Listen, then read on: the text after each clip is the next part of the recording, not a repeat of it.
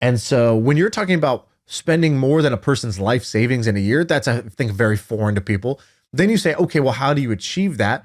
And now you have maybe one example, two examples. You don't have like 25, 35, 45 examples to choose from.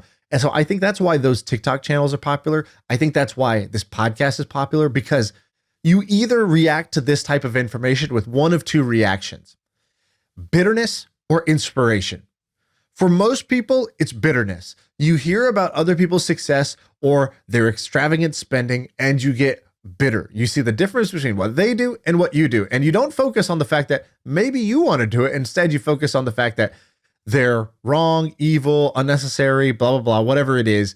And how, they only could have got it by sort of cheating the system or some unfair advantages, and you get bitter. And that's where I would say 90% of people fall into the bitter camp.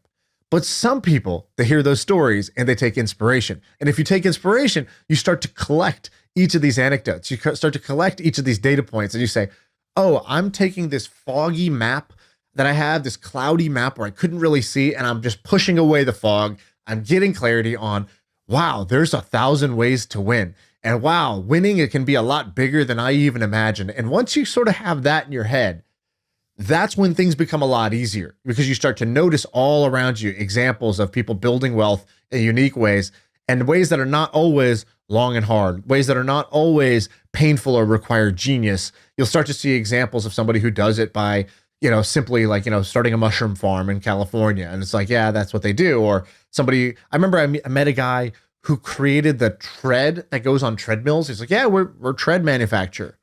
I was like, what? And he's like, and these guys would do like 15 million a year in sales.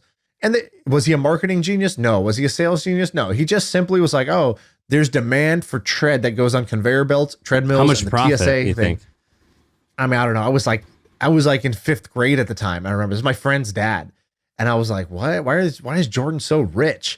And it was like, oh, Jordan's rich because Jordan's dad sells treads on treadmill. And then we met these other people that are rich, and I was like, again, I wasn't even asking the question, but I remember my sister saying something like, yeah, they have like mushroom farms. And I remember being like, in my head, farmers don't make like tons of money. And then I realized pretty quickly, oh, farmers can make a ton of money.